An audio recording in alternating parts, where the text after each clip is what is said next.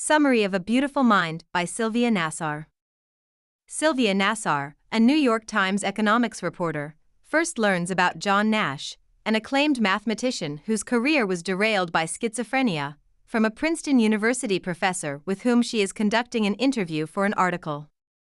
Nasar becomes intrigued by Nash's story, who was a rising star in the field of game theory, a branch of mathematics with applications to economics and human behavior, before developing psychotic episodes in his early 30s.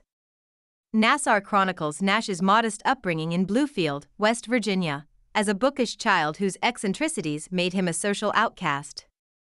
She follows his story to the Carnegie Institute of Technology in Pittsburgh, Pennsylvania, where he enrolls in college during World War II.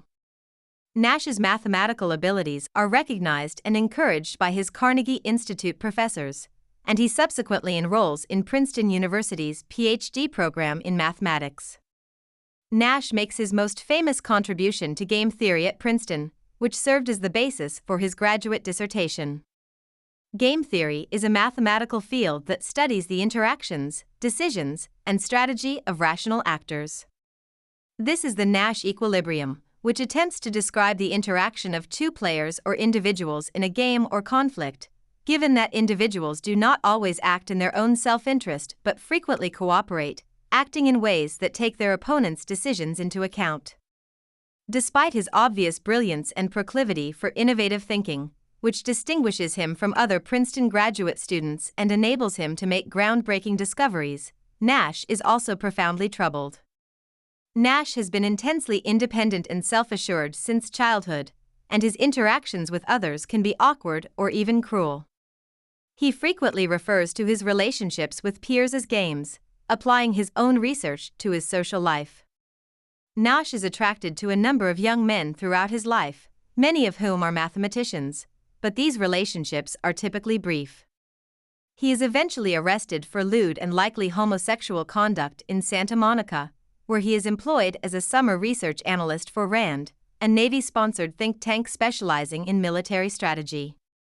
Nash later becomes an instructor at the Massachusetts Institute of Technology in Cambridge, Massachusetts, where he is dubbed the Kid Professor due to his eccentricity and arrogance, which earn him both respect and scorn from his students and colleagues. Nash meets and falls in love with Eleanor Steer, a nurse in Cambridge. Eleanor becomes pregnant and gives birth to their son, John David Steer. Nash also has an on-again, off-again relationship with Jack Bricker, a brilliant young MIT graduate student. Later in life, he develops feelings for Alicia Lard, another MIT student, though he keeps his relationship with Eleanor hidden from her. Nash and Alicia eventually marry and Alicia conceives a child. Nash's behavior becomes noticeably more bizarre and disturbing around this time, and he begins to believe that men in red neckties are following him around the MIT campus. Nash is admitted to a Massachusetts psychiatric hospital and is diagnosed with schizophrenia. While Nash is in the hospital, Alicia gives birth to their son, though he is released shortly thereafter. Around this time, Nash resigns his MIT professorship in order to relocate to Europe, hoping to renounce his American citizenship and become a world citizen. Unable to obtain refugee status in a number of European countries, he returns to Princeton and is hospitalized several more times. He then relocates to Boston and then to Roanoke, Virginia, where his family resides. Alicia obtains a divorce from her husband due to the overwhelming responsibility of caring for her terminally ill husband.